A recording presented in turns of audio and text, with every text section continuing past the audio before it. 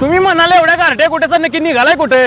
चला की दाखवतो. तर झालं असं की आमचे परम मित्र गणेश शेठ यांनी फोन केला की टर्फ बुक केलाय, संध्याकाळी खेळायला जायचंय 9 वाजता. आता मी पण याच्या आधी काही टर्फ मध्ये खेळलो होतो, त्याच्यामुळे एक्साइटमेंट होती खूप. आलोच की म्हटलं.